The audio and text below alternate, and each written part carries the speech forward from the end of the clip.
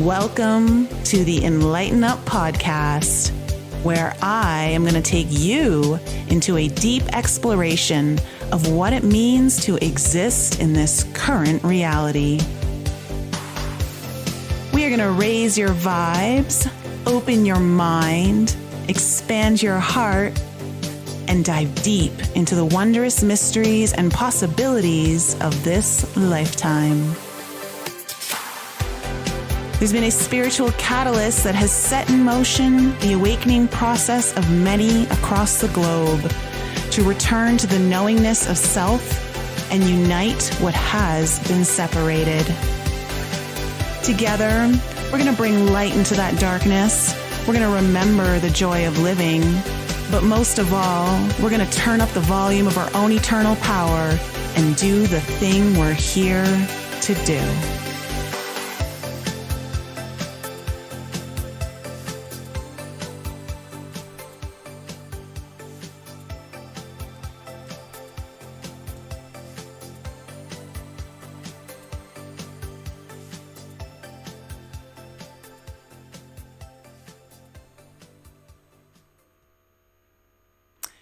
Hello, everyone. Welcome back to the Enlighten Up podcast. I hope you're doing well tonight. I am excited to bring you two brand new guests to the show, Kayma and John. Super excited to have you guys here. For those of you who do not know, Kayma Englund is an intuitive artist, healer, clairvoyant, channel, and teacher. She founded the Kamali Temple to facilitate healing sessions, spiritual readings, and growth and empowerment classes for clients all over the world. And John Kreick is the author of 2 novels, an educator, and a digital artist who has been working with the higher dimensional realms since childhood. His creative yet grounded approach and true knack for making spiritual concepts and practices accessible to all makes him a trusted guide and teacher. And together they have co-created the Light Code Luminary Oracle, a 50-card deck and 128-page guidebook that contains light language codes, powerful energy activations, and channeled spiritual messages and guidance. And you guys, if you saw my All Signs reading last week, then you would have seen me using their light language deck, which is stunning, by the way, guys. Welcome to the show. Thank you. Thank you so much, Nicole. It's so great to be here. I'm super excited to have you guys on. I mean, it's so interesting how this all came about, because there was a little bit of a synchronicity even in how we kind of connected.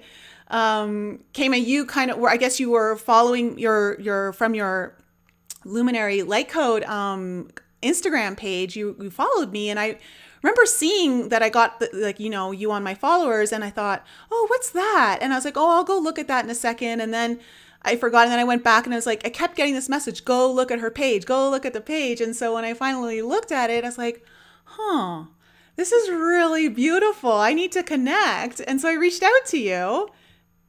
Yeah, if anyone was going to feel the energy, it was you. And it just so happens you guys were like talking about me that morning. Yeah, exactly. That was such a beautiful, sign and synchronicity, especially after putting in so much energy over the past year just in the creation. And we were kind of at that moment of like, everything is in, and we were just awaiting their arrival. And then it was just this really just beautiful confirmation if we needed it, just to have that synchronicity there, very like comforting and reassuring. Yeah. I followed your podcast for over a year now. And when we were getting closer to our launch, I kept saying to Kaima, let's put it out. I would love to be on the Enlighten Up podcast with Nicole. Like, would that not be awesome? And the week before, I had been like looking at some avenues to reaching out to you, and I did not realize that she had liked your page and stuff. And she literally was like an exclamation when she's like, oh my God, you're not going to believe this. And she said, not only did Nicole like reach out to us, she's asked us to be on the show, which was like a huge gift from the universe of validation. And so we took that as a good sign. Yeah, because I think we were just like, let's see if Nicole will give us her address so we can send her a deck. And that was literally that morning, which was so, yeah, of course. I love it. We were in sync before we even met. which is like just awesome. I love how that works. So I'm really excited for the audience to get to know you two, because you both have incredible insights and wisdoms to share. And we'll get into the deck as well. And later on in the show, for all of you joining, Kayma is going to take us through a beautiful light language transmission. So make sure you stick around to the end. But John, let's start with you. Sure. What was your awakening like? Because I mean, I'm just going to throw it out there. You didn't start speaking light language from the womb, did you? No, well, no, not this womb. So I would say I have had very lucid dreams my entire life, even as a child, and had a sense of, and the other thing is I saw auras from very early on too, around people or trees or anything that was kind of living. And it was interesting because it was clear as day to me that existed, but there wasn't a lot of reference points to put that in context in any way. And I would say, I was always into, philosophy and some different things like that, but it's probably my early 20s when I first started to have some experiences that started to break the shell open a little bit. And so I was reading things like Many Lives and Many Masters with Brian Weiss and being like, holy cow. And then, talking about past lives and how resonant that was, and getting very much starting to get into meditation at that point. I met a lot of people who did energy work, Reiki, polarity therapy, a lot of stuff with the crystal work. And I started to have some pretty interesting dreams. I've had dreams of contact for a long time. I've had dreams of, being on ships. I've had dreams of talking to different people. If you're familiar with the Monroe Institute, but it does a lot of work without a body. And I did a lot of Monroe Institute things. And for a period of time when I was meditating a lot and learning about the ascended masters and ascension and the initiation process and all these different things, I spent a lot of time working on astral travel, going out of body. And for a period of time, I got very good at it. And during that experience, I would ask to go and I want to meet my master guides. And I would end up, I remember when I did that once, I ended up at this long table. It was a dark room, and there was like this feline being who told me his name. And I didn't put it together until last year, where I was like, oh, it was a Laren. And so there were kind of hints there along the way. But I also spent a lot of time in, corporate, the real world. I worked as a lobbyist in DC. I worked for Lockheed Martin for a period of time. I've worked in education and charter school organizations, and have kind of gone back and forth with that a bit. I lived in Hawaii for about 5 years, was really involved with the dolphin and whale community, the ET community there. Like I met, Daryl Anka in 1996, just to give you an example, and Michael Sala, who was like a neighbor, friends of mine. So I've kind of always been around it. And the books that I've written, one's about reincarnation, the other is about basically this process of light and dark that's, you could say, is happening, and disclosure that's happening on the planet right now. So it's been a long time, but it's definitely kind of come back around and really anchored in a very different way in the last few years for me. Now, before you met Kaima, because how long have you guys known each other now? Just over 3 years. Yeah. Okay. So you kind of met her before you met her. Yeah. So a lot of my friends do energy work or clairvoyance, as everyone's are, right? That's kind of normal. And they've been telling me I had received a message like 2.5 years out, basically saying, your life partner's around the corner. You can keep pushing this out. You've got to kind of finish the karma, or just decide you're done with that, stuff. And, but described her age, described what she did, described what she looked like, her energy. So I was getting all that, and I wasn't in the place where I really wanted to hear that at that point. I know that might sound kind of weird, but, and I also started to have very lucid dreams where I would run into her, or we would be in different settings. So one time it would be like an ashram where there's a massive sound healings come in, and she's there, and there's this massive guide who's kind of there. There's other times that were like halls of Amenti, that I was in this giant library with her, and this went on for 2.5 years, till finally I had a dream where I was leaving Phoenix to move to California, And I had a dream which, had an Elohim and Archangel Michael and all this stuff. And it started with a plane crash. And the plane crashes, and I come out of the plane crash, which is kind of what was going on in my life at that point. And these two guides are staying to me. And I said, why is this happening? And they said, we had to do this because we're going to introduce you your life partner, and we needed you to be, it's time.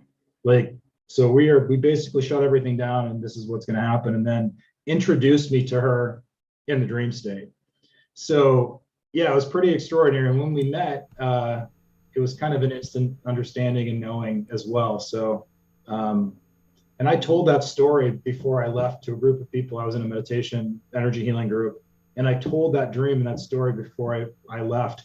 And so everyone's like, oh my God, it actually happened.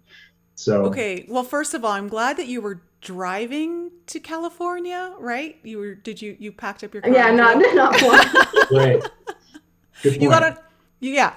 Okay. And so, but I love how you were kind of shown, and it's interesting that clearly you guys had a mission before, lined out before you two even incarnated here.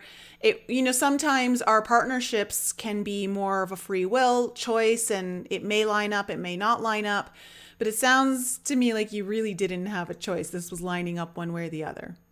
Oh yeah, absolutely. And once we started talking, it was like the conversations were just next level. And it was amazing because I had these questions that I'd been cycling about.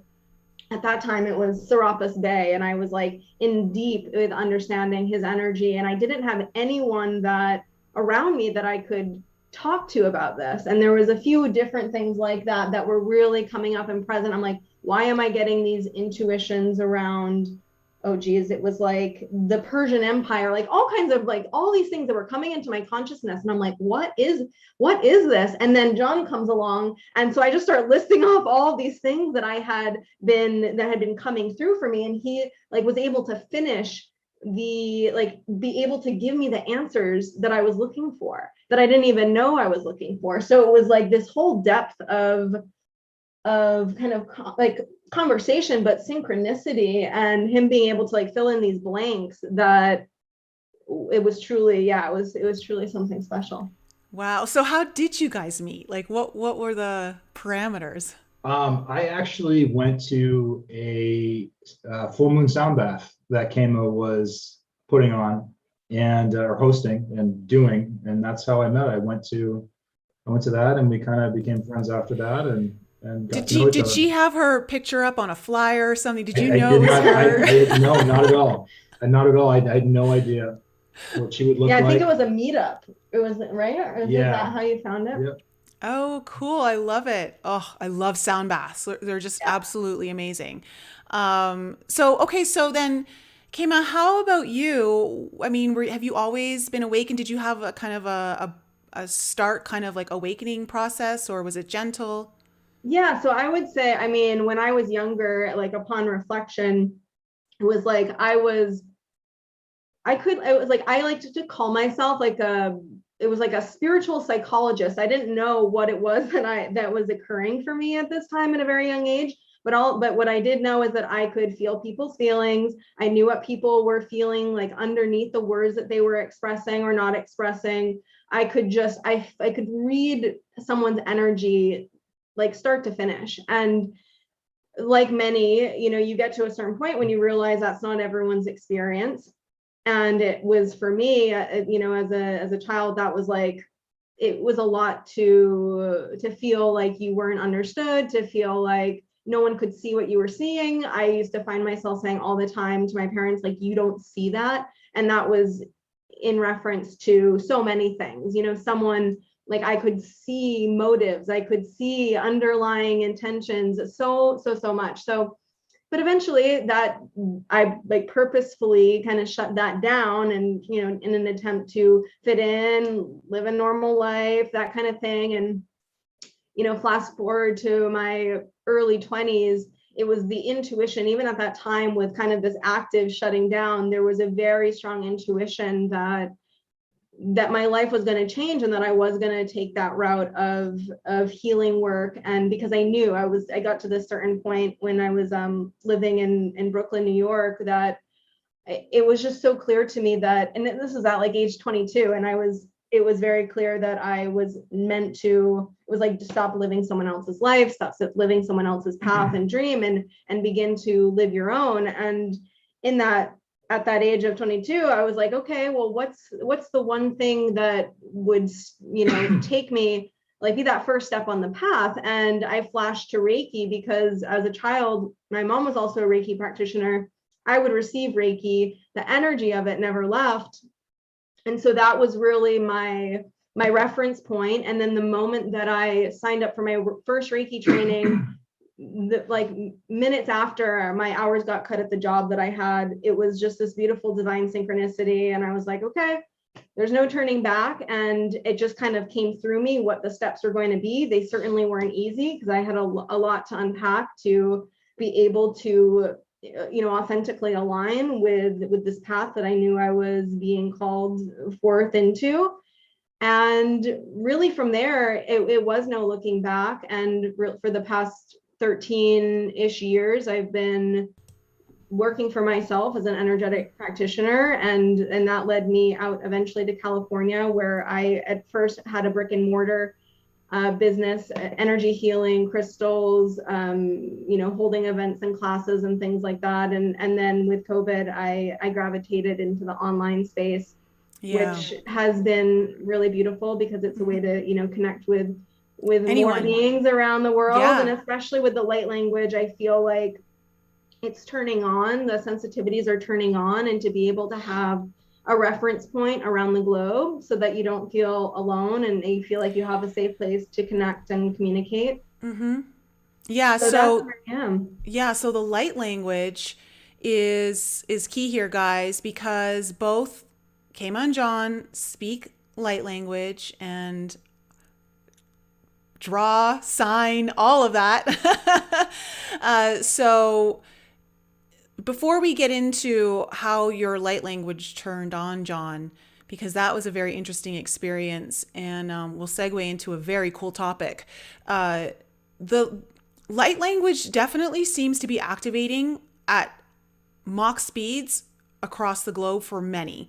Like 5 years ago, even, I feel like this was almost a barely known thing, and now people are activating left, right, and center. As you, my audience is aware, I've just recently had my light language activated, and I'm not comfortable yet going public with it because it's a very high-pitched kind of fairy mermaid sounding kind of very fast sound. My alchemy students have listened. I played it for them last time we had our live call, so they got to hear it, which was really cool. But you know, what do you think the reason for that is? Like, why do you think it's coming in? Like, so many people are getting that activated. I think it's a few things. One is, I think that you know, the planet's evolving, and we are in higher energies than we were before. If you want to look at, you know, the photon belt, or however you want to call it, we are definitely having access to a lot more high frequency than we ever have, or at least we have for 24,000 years, however you want to look at that. So there is a huge influx of light coming into the planet, and as that's happening, it's activating a lot of people. And you know, just being on the planet, you're going to be exposed to some of these frequencies, and you know, what you choose to do with it is really your choice. But it's just time. It's time for that cycle, and a lot of people are waking up in a lot of ways. You know, they're waking up to that they live more than one life. They were waking up to that they're multidimensional. They're waking up to a lot of the things potentially that they've learned and been told are not really true, or not the way that things have worked out, or the way things that really work. So our vibrations are coming to a point where that's becoming more conscious. It's not that it didn't exist before, it's that our ability to sense and perceive it is skyrocketing right now. And if you think as well, kind of what I'm getting when I think I described this, one of the people who helped teach us said when she tuned into her guides, they said, this was a couple of years ago, that there were only a certain amount of people, and it was a small amount of people who actually were channeling light language at that time, and that it was still a choice and that number was fluctuating. So they literally said to her, it's between this number and this number. And she's like, why? And she said, because some of them are kind of on the fence about it. But if you think about the consciousness grid, the collective consciousness, bringing that in and inserting that into the collective consciousness, putting it through the grid, makes it a lot more accessible to everyone else who's connected to that. So these people who are kind of way showers are the ones who are kind of planting these templates, for lack of a better word, in, and we're just all waking up quickly. Yeah, and I feel, it's like our soul is inherently fluent in light language. So regardless of the evolution or consciousness of our human self, this is something that our higher self is already fully equipped and activated in.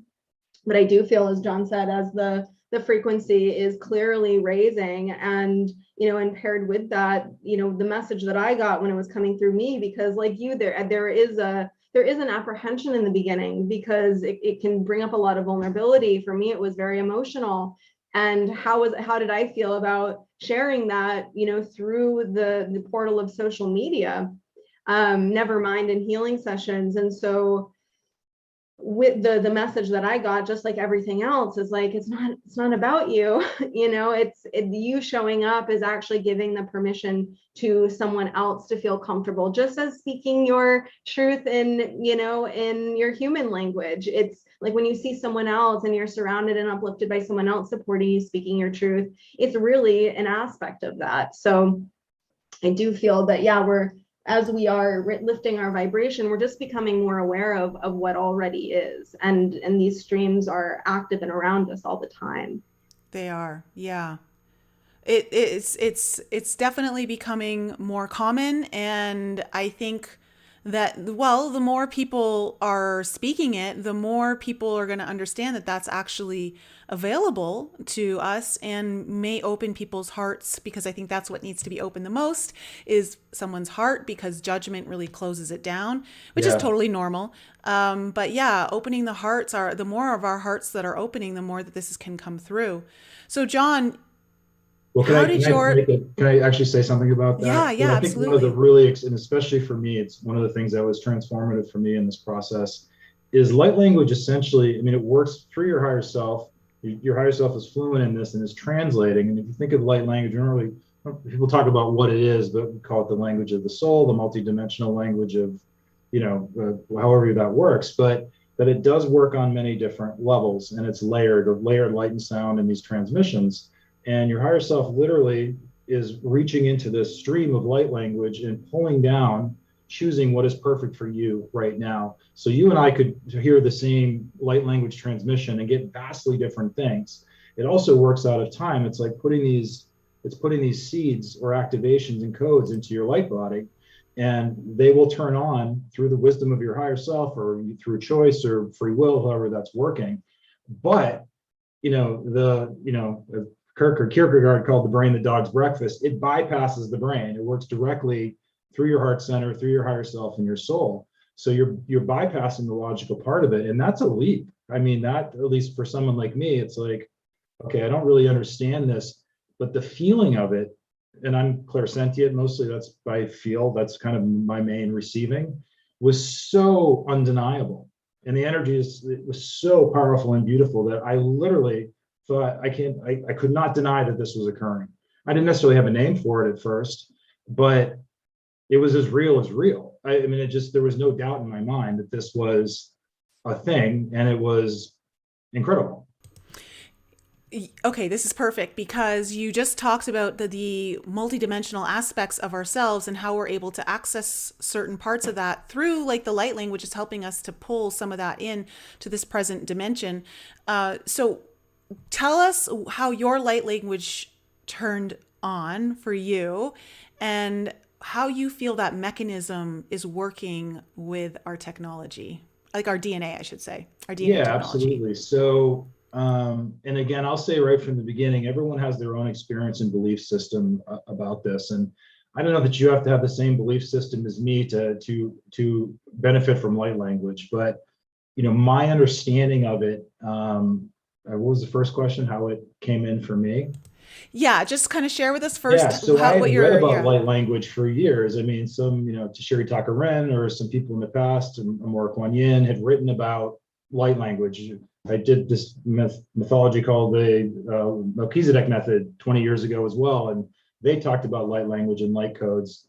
So I was familiar with it, but didn't have really an experience with it. And essentially, Kayma might be able to tell the story a little bit better, but she had asked, and I don't remember what time of year it was, but hey, Ed, what do you know about light language? I'm curious about light language and what's going on. At the time, I said, I've heard about it, but I don't know a whole lot about it. And then the next day, we were watching the show Interview with Extra Dimensionals on Gaia with Ruben, and Jamie Price was the guest, who is, for us, the queen of light language, and had this whole thing on one channeling Ariane, the Illyrian Council of Time that she channels, and also talking about the light language. So we were like, well, universe, what does this mean? Well, thank you very much for the answer. I appreciate that. That came in within 24 hours. And then one of the things, I have been very familiar with shamanic practices throughout my life and studied a lot about that, but I've done a few sweat lodges here and there, but not a lot in ceremony, and had really not experienced plant medicine at all. And actually, quite frankly, had some beliefs and stigmas around it in my brain. But that was something that we started to explore, that Kim was familiar with, I wasn't, that we started to explore in ceremony in a very sacred way. And that really opened up a whole floodgate. So literally, when we were journeying after that opening, the light language started to come in through me. And when we were in that state, the other beautiful thing, we can talk about this, is it's very validating, because Kim and I perceive the same things that are happening.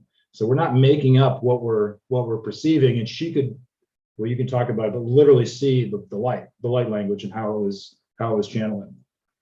Yeah, and I think that what's really, beautiful is it was able to observe upon reflection is that when we decided to, begin using plant medicine ceremoniously in that way, it was probably like a good year of us really, if we look back, rinsing our energetic body. The nature of the experiences were building on each other, and we would have never anticipated that it would have resulted in light language, because it was very much like a whole year of healing and clearing, not knowing that we were actually, in essence, preparing. I believe, and from what my guidance has expressed, that was for a reason. And so to have the question be posed within 24 hours, the answer coming through Jamie, and then maybe less than a few weeks later, we were in a plant medicine ceremony, and it starts, probably about a couple hours in, starts pouring through John, and it was clear as me to it was so clear. It was the most beautiful thing I'd ever seen in my life. And John's like, I think this is light language. And I'm like, of course it is, because he's up in the middle of totally not moving how he normally moves. He's in the middle of the living room, just dancing with this orchestra of light pouring through his fingertips. And it was just like, I could hear the sound of angels. It was the most amazing, incredible experience. And then within, I think, maybe it was 2 months in our next plant medicine ceremony, then it started coming through me. And that every single time, basically, that we've journeyed since then, it comes through every single time. And the experiences are building one on top of the other, and more has opened in terms of our who we're communicating with, because the light language is not just coming through necessarily as the download healing, but it's also served as this portal of communication with higher dimensional beings existing throughout all time and space. And it's been really a phenomenal journey to kind of observe it all from from this point in time. I think one of the really amazing things, Nicole, and we talked about this when we touched base before, what I find extraordinary validating about light language is it comes through, it's filtered through your higher self.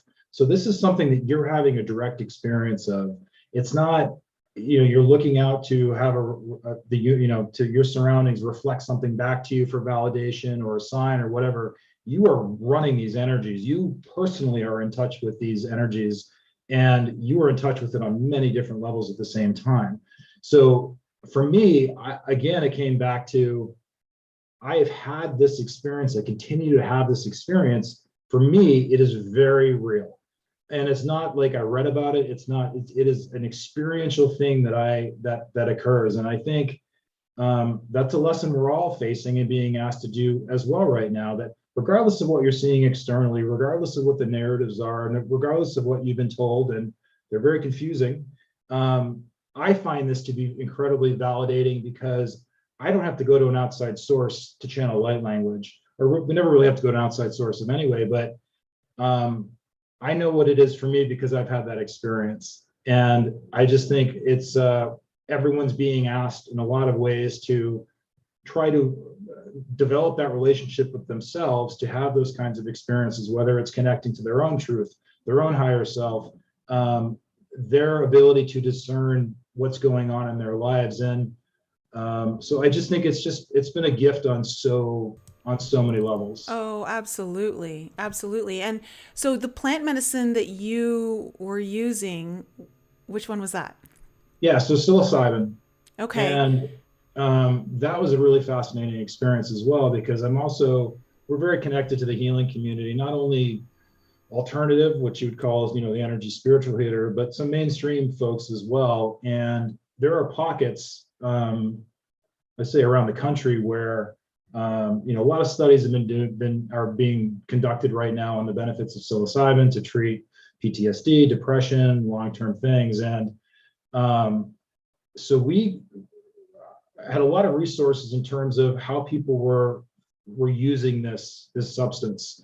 And again, went into it, and always go into it I treat it very sacredly, because that's how I feel. Like, it's not something I would go to a party with, or like, that's just not how we use it at all. So, so that's primarily been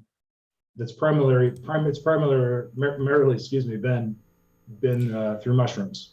Okay. Now, when we chatted earlier, you were talking about how you believe that psilocybin is almost like a multidimensional technology that we're using as a plant. Can you explain that further for the audience? Yeah, I mean, if anyone watched the movie Fabulous Fungi, to hear that perspective of it, these substances have been around civilization, in every civilization on the planet, that these substances have been around.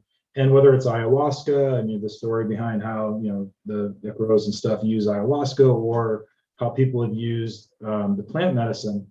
So the message that I got, or I get when I have this in, my system, is it literally is like a contact. It can be used as a contact technology. It is almost like a first contact step technology, and it is like multidimensional technology. Is really how I feel it and how it's been described. And it really, I believe, is for awakening and healing and all those things, but it's also a tool for us to use. Now, will we always need it? I don't think so, because we're building the networks or whatnot. But even if you looked at a brain scan when someone's on psilocybin, it connects areas. Well, it basically turns off the reptilian brain. The fight or flight method goes quiet for a while, and it starts making connections energetically in the brain, and connecting areas of your brain that don't usually talk to each other. So it's creating these entire new networks, which is one of the reasons why I believe it is effective for things very quickly, for things like depression or PTSD, or things that have been long-term, things that are using those channels. Mm-hmm. Yeah, there's really no doubt in my mind. And quite frankly, talking to other people in this community, especially the contact community, I'm not advocating this is right for our journey, but I've said that it's been one of our main teachers. It was one of the things that the first time I experienced aliens, the first time that I had ET contact was, in its plant ceremony. I will also say that when we were taking the light language class, there was someone who did ayahuasca ceremonies yearly, and said the last year she did this ayahuasca, light language came through 70% of the people when it didn't in the previous years. So Oh, it's this wow. consciousness expansion is all happening. And I think it's Yeah, also teaching us it's not doing anything that we don't already have in our system. for Like sure. think about how little of this substance goes in and what it does. We're wired for it. Like it's like putting a coin in the slot and the machine starts going. We're Hmm. already wired for that, and we're already wired multidimensionally, and it turns things on. It does, and I believe I might be wrong, so don't quote me on it, but is it going to be regulated, or I don't know if it's going to be regulated, but available, more readily available in 2023? Both Yeah, so there's a number of I think there's two cities. Portland might be one, and I think Sacramento is another where it's legal. Okay. Some colleges and clinics have trials with it, what they're using, and there's also about $300 million that went into a company, which I think is a multinational company, which is trying to make synthetic psilocybin, which I'm not saying is a great thing, but Yeah. a lot of money going into that and research as well. So I Always trying to personally take think, Mother Nature I and try yeah, know. to. and we say that every time. We're like, how is this not accepted? Where Hmm. alcohol and nicotine and Vicodin and all this other stuff, and we know the answer to it. I mean, there's Yeah. interests that are pushing that, Hmm. and also there's a big force that don't want people to wake up and be empowered. And when you're in that vibration, uh, you're pretty clear.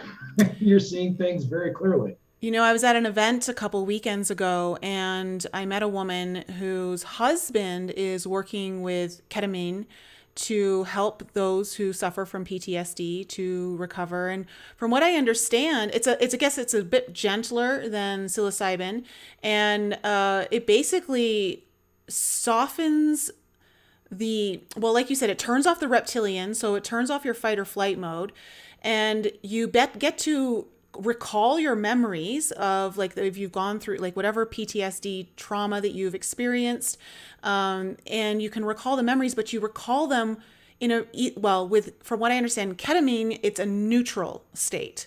With psilocybin, you can actually get that heightened, or maybe it's not psilocybin, it's MMDA. I think they're also using that as well. So at least with ketamine, I know you can experience the whole trauma now with a neutral emotion, which completely override. It's almost like you're overwriting the program with those emotions, so that you no longer have that trauma response to the memories, which is really cool. But I could talk about, we could have a whole show on this, but when you look at what happens to somebody physiologically when they have trauma, there are certain pathways in our brain in the fight or flight, which, throughout our evolution, if a tiger was coming at you, it's really good for you to get, these chemicals course through you. But when you think about what actually happens when, stuff comes in through the amygdala, and the amygdala basically says, does this matter? Does this not matter? Is this going to kill me, or is this not going to kill me? And if it's going to kill me or could kill me, it's going to put me into fight or flight, which literally shuts off your long-term memory. Your eyesight does this. It basically, you can't access long-term memory. You're in complete reactionary mode. And what happens with these channels is they get stuck open if it's a severe enough trauma. And anything that's even remotely close to this, it's going to trigger that pathway. So it could be a sound, it could be a smell, it could be any of those things. And what I think some of these substances do is it calms that pathway long enough for you to maybe depotentiate that neuron or pathway, or to create new pathways. To create new pathways, absolutely. I think it's And I quite think it's really frankly, wild. that's what we're doing when we meditate. That's what we're doing with this evolution Exactly. as well, is we're Well, trying to facilitate our higher mind and not be in this fight or flight stuff where we're very easily manipulated, we're very easily yeah. controlled. Well, the cool thing is that we may get together to talk, because they're interested in finding someone to help them create guided meditations for these people. So while they're in there, and to come kind of like, create this whole new experience for them as they're having these memories come up. And I do guided meditations. I love creating them. So it'd be kind of cool to dive into that. It's just something that I never anticipated doing, but it's a whole new avenue opening up. Now, when it comes to DNA structures, our DNA, let's talk about how our DNA is active, not just in this physical body that we understand our DNA on a cellular level, but also in the higher multidimensional levels. I mean, Kayma, do you want to kind of go into like, how do we manage our own DNA in those higher levels? Yeah, well, from my experience, and again, like John, we can only speak from our personal experience. Never like to say that it's a complete truth for everyone, but I got the message really clearly about a year ago, as I was, making contact and having these experiences, that I got this direct message that said, you are meant to meet your higher dimensional selves. And I didn't meet all of them, but I had, without any plant medicine, that was the guidance. And I had a dear friend of mine who is really gifted at just like facilitating hypnosis and journeying. And so I experienced some of my higher dimensional selves, and they actually brought me into their different dimensional realities. And I got to see some of them. Some were more protected, things of that nature. But the first layer that I went through was even this layer of time and space. And so remembering too that here, the way that our genes are expressing in this lifetime are going to be different than the way that they are potentially expressing in these higher dimensional realms. And so they are going to be expressing in different ways. And I think that one of the beautiful things about light language, as it's interfacing with our DNA in this dimension, is that it's allowing for these new energies or genetics to express that we have forgotten, or aspects of ourselves, gifts, dormant gifts that have been stored within our cellular memory are being activated. And so this is quite incredible to say, wow, I'm having my more of my galactic DNA activated and expressing in this moment. But I really do believe that with each of the light codes that are coming in, it's going to activate or then lead to the expression of those aspects of your DNA that are going to best serve you where you are at this point in this lifetime. And so I never like to say, and I think that this even brings us into more of our galactic heritage. And again, when we move into the higher dimensions, time and space is different. What we would perceive to be the past or the future is actually all happening in the now. And so within that galactic heritage that is stored within our DNA, even, angelic aspects of our beingness stored within our DNA, just to say that they are expressing and active at one period of your life, I don't like to necessarily identify as being one type of a star seed, let's say, and what I've received from my higher guidance is, don't attach, because there's so much more. There's so much more of the totality of your beingness that is just waiting to come online in that way that is most sustainable for you, to be able to express into the multitude of arenas that your DNA can actually express, and for you to experience in this lifetime. Oh, I love that. That was like, you could feel the download of that for sure. Yeah, and we received a lot of information when we were channeling the deck as well. So not to jump into that, but a lot of this was validated, and as we channeled information about what some of these concepts were in the light language deck, and talking about that, and our multidimensionality. And the other thing that we talked about a lot, and we talked about this last week, is what's ancestral memory and what that's about, and epigenetics and how that's playing out. And epigenetics is basically saying you might have this DNA, but which genes activate is very based on your epigenetics, what's happening, what you grew up in, the environment you're around, and your emotions. Yeah. So if you think about us as multidimensional beings, and we have etheric DNA and all these different things, we really have access to an incredible potentiality. I also talked about this with you last week, talking about how phenomenal. I was shown in the experience, in some of these experiences, how phenomenal we are as beings.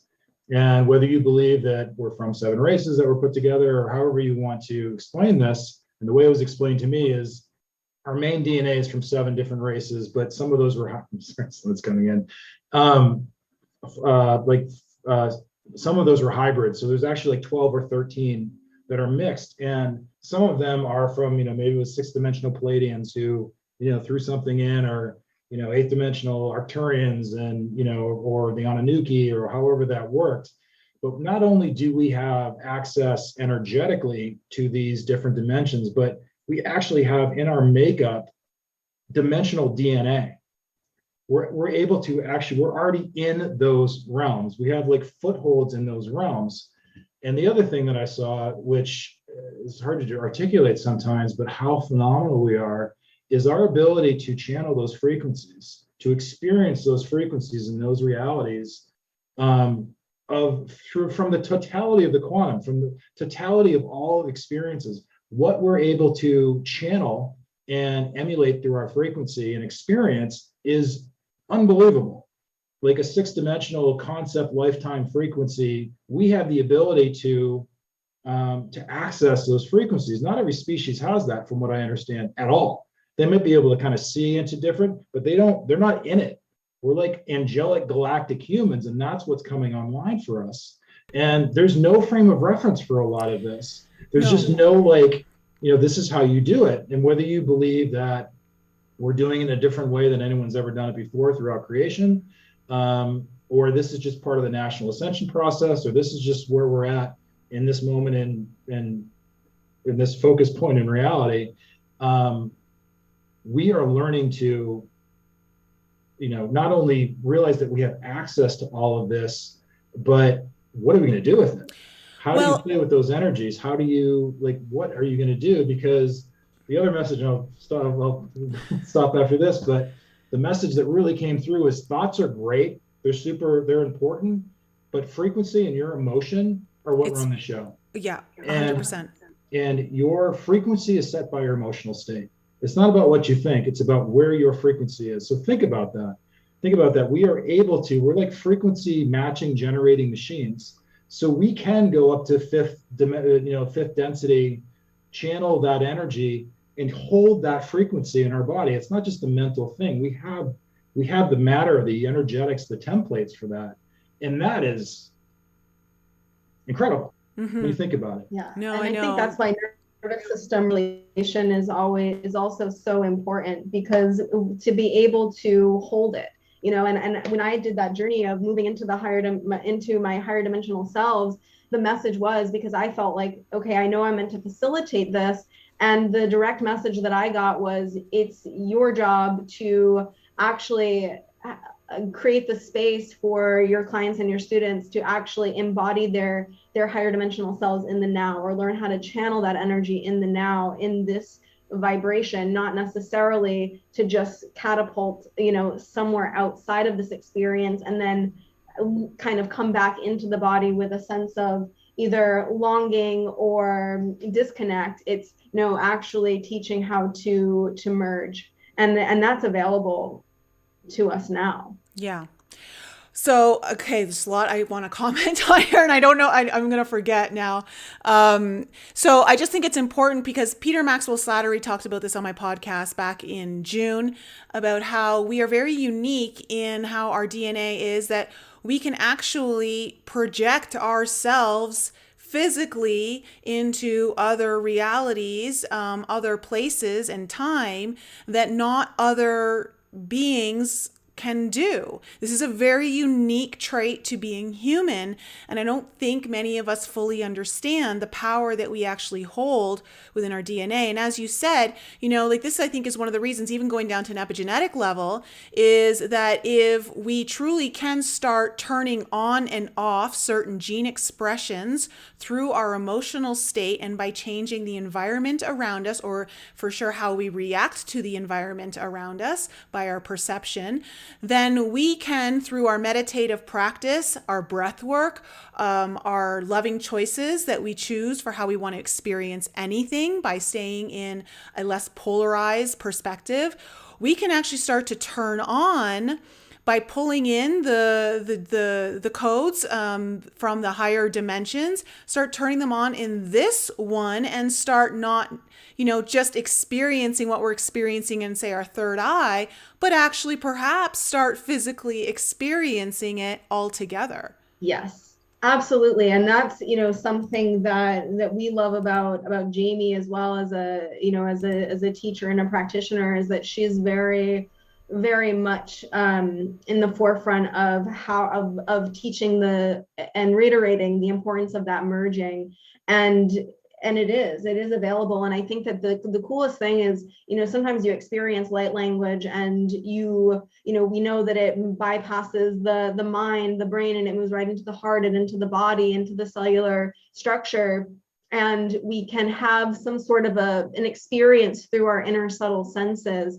But the real incredible thing, and that I've noticed after doing sessions, and then of course working with light language regularly with myself, is that it's not only about the activation that's occurring at the time that the activation is occurring. The way that our human self can actually interface with the impact that energy activation had is through being an observance of your life and what is coming up for you in the following days or even weeks, because it is going to be directly associated to the energy that was activated within. And this gives you a little, like, what are those situations that are coming up? What are those experiences that are coming up? What are those thoughts that are like standing out like a sore thumb? What are those signs or synchronicities? All of that's showing up in your life is actually like a reflection back to you of what's been able to kind of reorganize, or what wants to come to the forefront of your awareness so that you can move through it. Because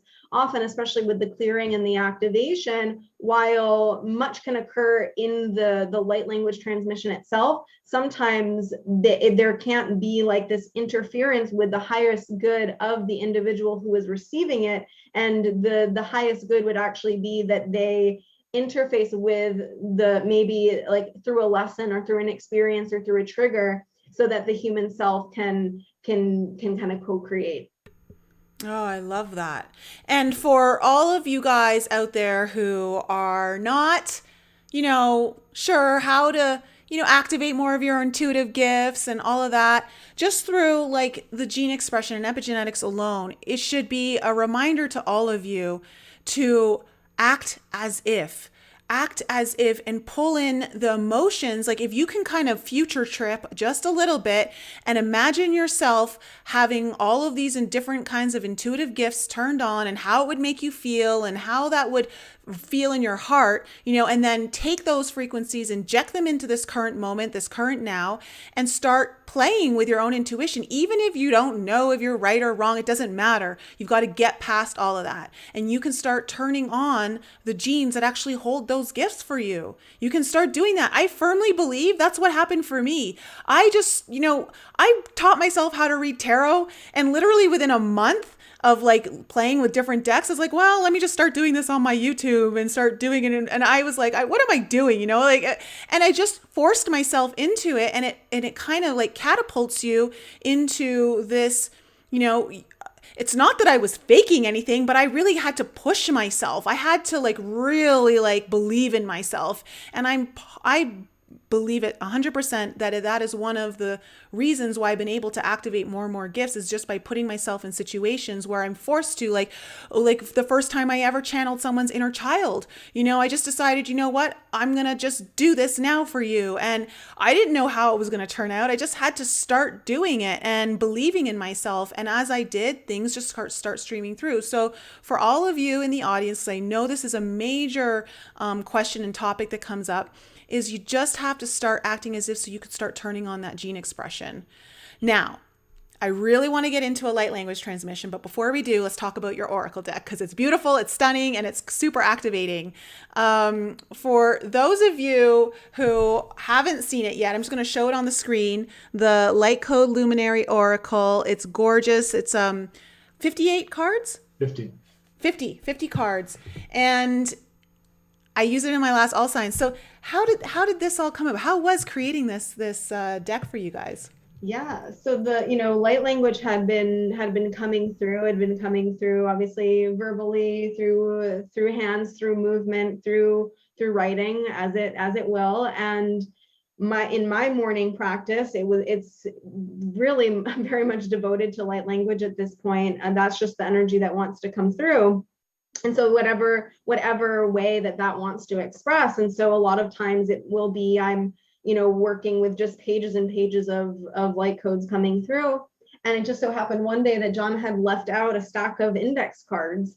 And I just in that state early in the morning, and I'm literally just, it was like light code on each card with written messages. And then the next thing we knew it's like this whole stack. I used it up and it was just filled, and I showed it to John and I was like, pick a card.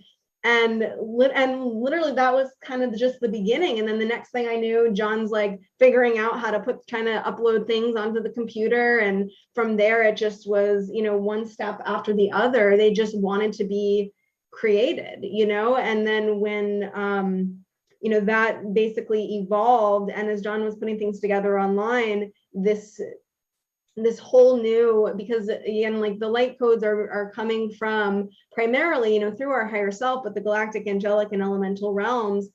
And it was just like this whole family came in, and it was very clear that it was for the purpose of an oracle deck. That was clear to us both.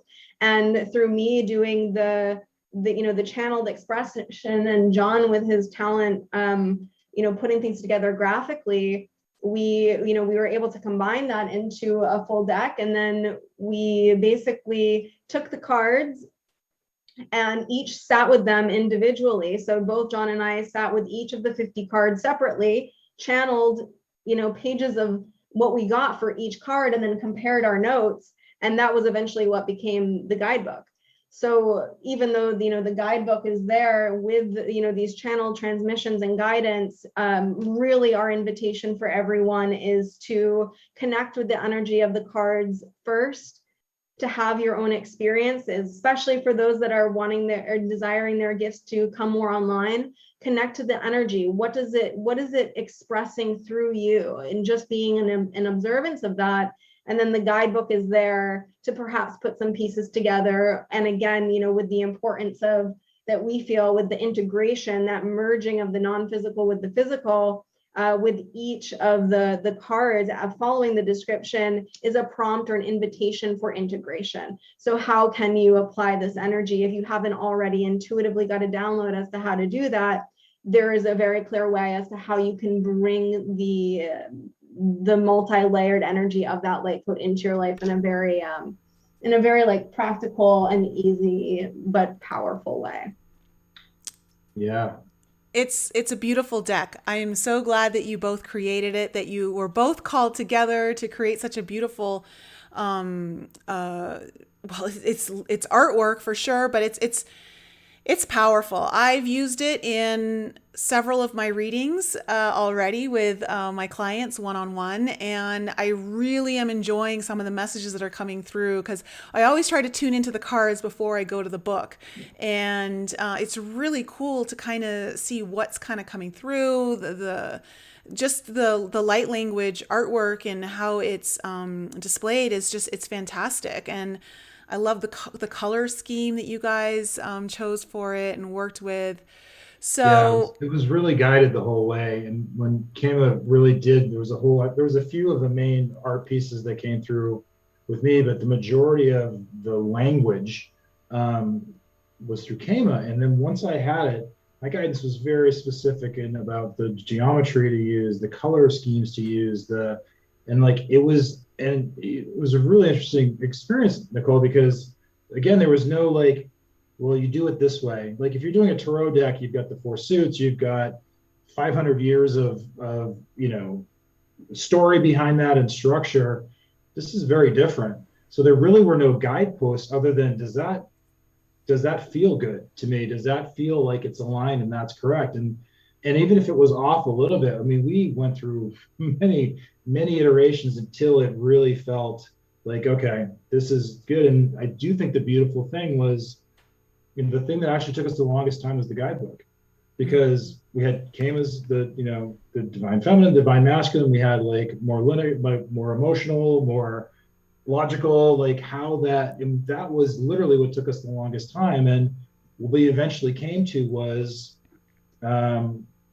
these are frameworks, because the whole point of empowerment for people now, the whole part of embodiment for people now, the whole part of opening to the larger aspect of who you are, the eternal, vast, powerful soul that you are, is about you anchoring that power, you anchoring that knowing. And these are tools that you can use to facilitate that process. But I'm confident that whatever somebody is supposed to receive with that and that activation, this is a perfect portal, a tool to facilitate that process.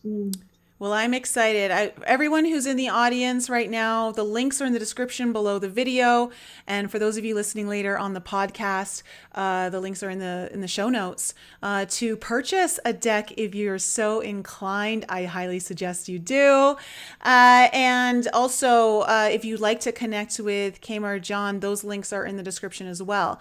Now, before we end the show, Kayma, will you please take us through a light language transmission? Oh, it would be my honor. It would be my honor. So what I do recommend for everyone, whether you've experienced light language before or not, is I'll just take you into a really just simple guided relaxation. Here, because I'm in the light. And really, you don't need to do a thing. It's just being in that space of, heart-centered receptivity. But what you can do is just gently observe through your inner subtle senses.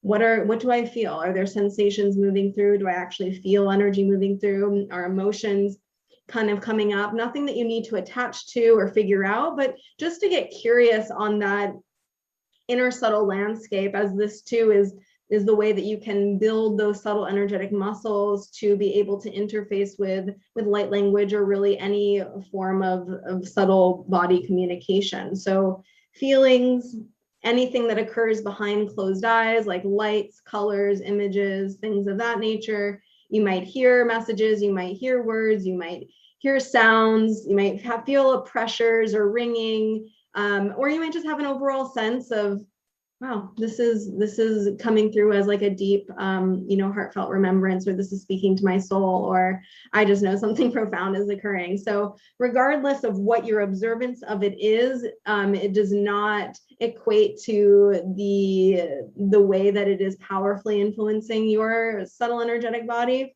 but just know that things may activate for you in the experience. So if they're not already, you can go ahead and close your eyes and allow the natural rhythm of your breath to bring you into your body, into this moment, the peace of the here and now. Feeling the support of Mother Earth beneath you, the support of your higher self and your higher dimensional support team fully surrounding you, and that beautiful frequency of support that moves through you so that your whole self knows that it is safe, safely held, safely supported in the highest frequency of love.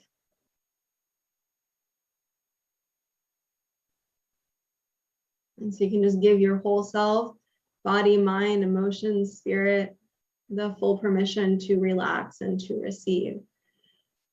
Ayantia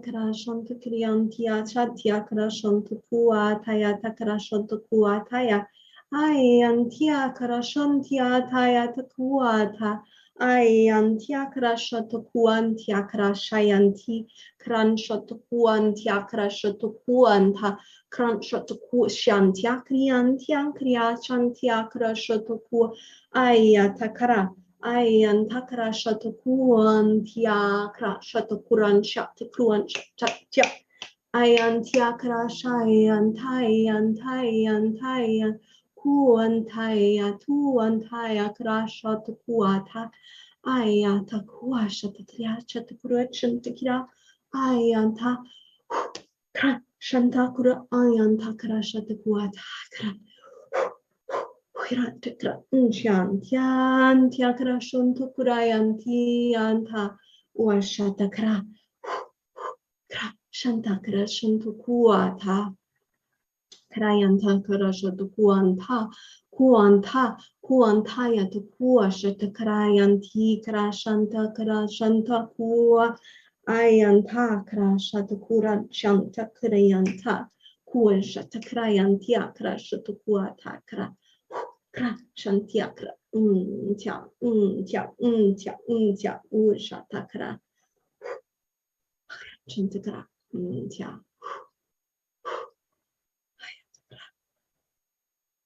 And so I just invite everyone to take a few deep breaths. And I invite you to just very gently place your hands on your body, one to belly, one to heart. And tuning in to that subtle yet profound frequency that is now moving through you, fully activated. You can even feel the energy of your own beingness, just so fully alive within you, radiating from you, and is forever within you. Affirm that you are fully back, present in your body, in the here and now. And when you feel called, you can go ahead. Open your eyes to return. Highly recommend some water. And if you did have an experience, of course, you can reach out to me anytime, or of course, Nicole has so many resources, and being sure again to not only drink water, but take time to journal about your experience and just be in observance of what comes up for you for the remainder of your day and over the next few days, as likely that which comes up will be a reflection or another aspect of what was activated this evening. That was beautiful. Thank you very much. You're so welcome. Yeah, guys, how did you like that in the audience? How did you? And Christina Love. She's got beautiful light language. Oh my gosh, she's got the voice of an angel. I haven't seen you in the live chat forever, girl. We miss you. Thank you so much. So, Kayma and John, please let the audience know where they can find you. Of course, the details are below, but I'd love to let you know where the audience can find you. Any of you got anything, any classes or events happening, you please use this opportunity. Yeah, so the website is lightcodeluminary.com, and our Instagram is at lightcodeluminary. So those are the two main spots for that. I have a personal web address, johnkreick.com, and Kaima is. Yeah, and I am at the Kamali Temple, which there that's my Instagram platform where I often share short activations, and that's really my portal for the healing work for those that do want to experience a one-on-one light language activation session. That includes not only light language but multi-dimensional channeling that is going to be of the service of really of your highest good. And all of that can be done through the kamalitemple.com, which is TheKamalitMple.com. Beautiful. Well, thank you so much for joining the show. I'm glad we finally got you on the podcast. Well, thank you so much. This has been so much fun. And we just love everything that you're doing and feel honored to be a part of your space and your community. Oh, thank you for being here. It's always a pleasure to share space with two wonderful souls on a journey that are helping to open up everyone else's hearts and awaken them to their own journey and purpose, and giving them the confidence to step forward into it. So thank you very much. And to the audience, thank you so much for being here tonight. I love you guys so much. Have a wonderful week, and I will be back